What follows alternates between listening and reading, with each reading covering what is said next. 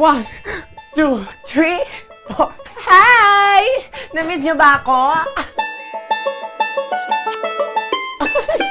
Mga sis, alam niyo ba na dumadami ang mga bagets na Becky na nagkakaroon ng HIV? Kaya sa episode natin ngayon, tututukan natin ang kalusugan ng mga Beckines. Let's talk about HIV! Ano ba ang HIV at AIDS na yan? Ang HIV ay isang virus na umaatake at nagpapabagsak ng resistensya ng isang tao. Ito ay sanhi ng AIDS. At dahil liguwak ang immune system mo, iba't ibang opportunistic infection ang pwedeng pumasok sa katawan mo. Win agad si Miss Fanaman pneumonia, Miss Diane diarrhea, si Miss Trinidad and tuberculosis, and si Mrs. Melanie meningitis. Walang sintomas ang HIV.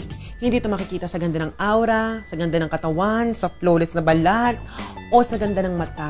Malalaman mo lang ang HIV status mo through HIV test. Walang lunas o cure ang HIV.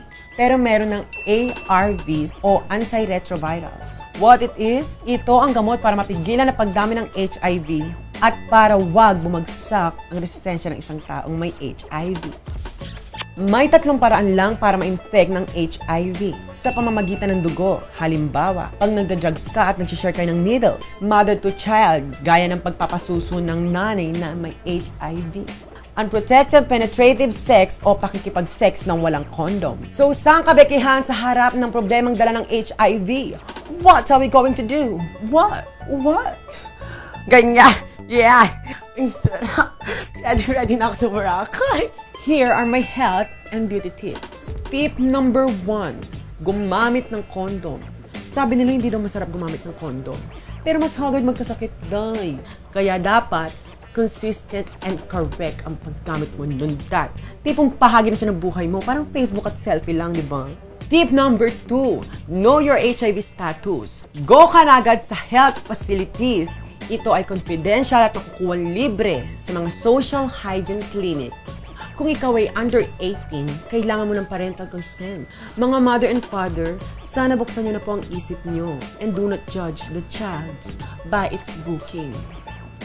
Tip number 3, kung ikaw ay isa sa nagwagi at ang FB status mo is in a relationship, mahalagang pag-usapan nyo magjowa ang paggamit ng condom, ang HIV at pagpapatis. True love yan kung pinagpapahalagan nyo ang isa't isa dahil more healthy, more mansary to come.